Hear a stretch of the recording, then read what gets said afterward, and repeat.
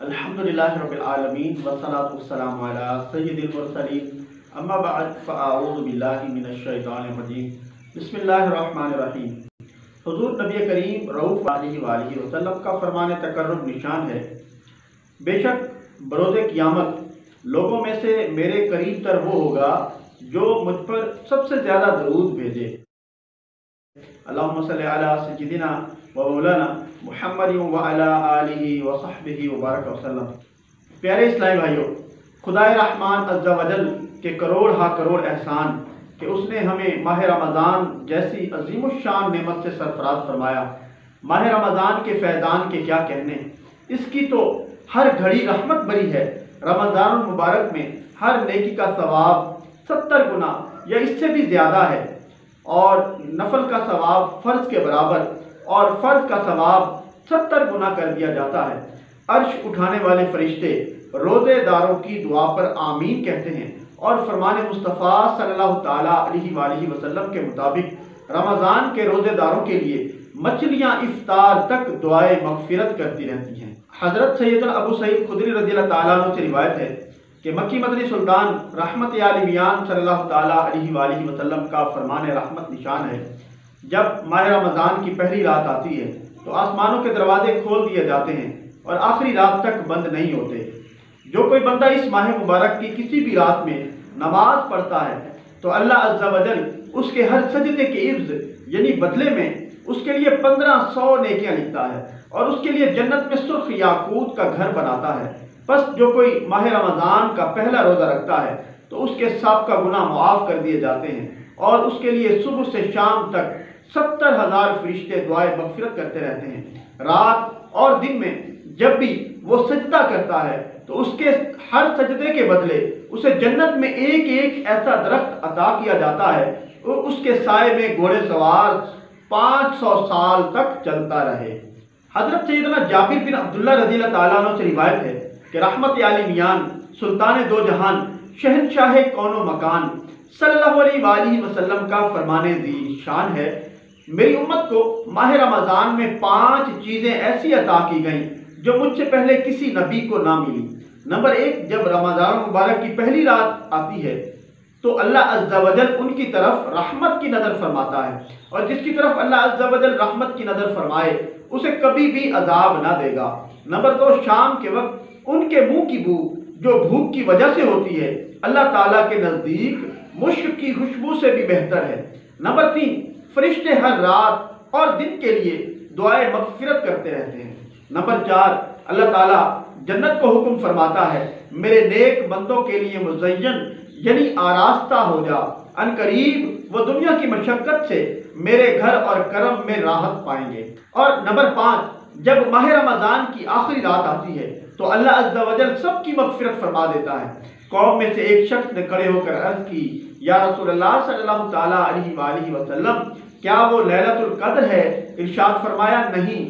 کیا تم نہیں دیکھتے کہ مزدور جب اپنے کاموں سے فارغ ہو جاتے ہیں تو انہیں اجرت دی جاتی ہے۔ حضرت سیدنا ابو ہریرہ رضی اللہ تعالیٰ عنہ سے مروی ہے، حضور پر نور شافع یوم النشور صلی اللہ تعالیٰ علیہ وآلہ وسلم کا فرمان پرسرور ہے، 5 نمازیں اور جمعہ اگلے جمعے تک اور ماہ رمضان اگلے ماہ رمضان تک گناہوں کا کفارہ ہے جب تک کہ کبیرہ گناہوں سے بچا جائے۔ حضرت سیدنا سلمان فارسی رضی اللہ تعالیٰ عنہ فرماتے ہیں کہ محبوب رحمان سرور ذیشان صلی اللہ تعالیٰ علیہ وآلہ وسلم نے ماہ شعبان کے آخری دن بیان فرمایا، اے لوگو، تمہارے پاس عظمت والا برکت والا مہینہ آیا، وہ مہینہ جس میں ایک رات ایسی بھی ہے جو 1000 مہینوں سے بہتر ہے۔ اس ماہ مبارک کے روزے اللہ عز و جل نے فرض کیے، اور اس کی رات میں قیام سنت ہے۔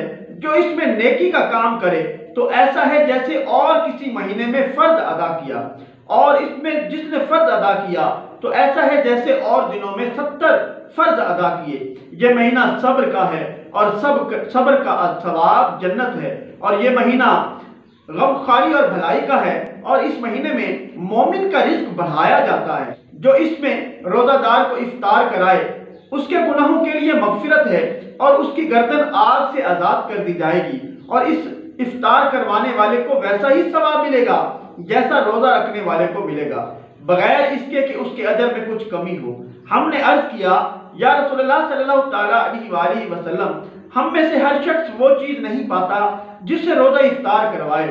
آپ صلی اللہ تعالیٰ علیہ وآلہ وسلم نے ارشاد فرمایا، اللہ عز و جل یہ ثواب تو اس شخص کو دے گا جو ایک گھونٹ دودھ یا ایک کھجور یا ایک گھونٹ پانی سے روزہ افطار کروائے، اور جس نے روزہ دار کو پیٹ بھر کر کھلایا اس کو اللہ تعالیٰ میرے حوض سے پلائے گا کہ کبھی پیاسا نہ ہوگا یہاں تک کہ جنت میں داخل ہو جائے۔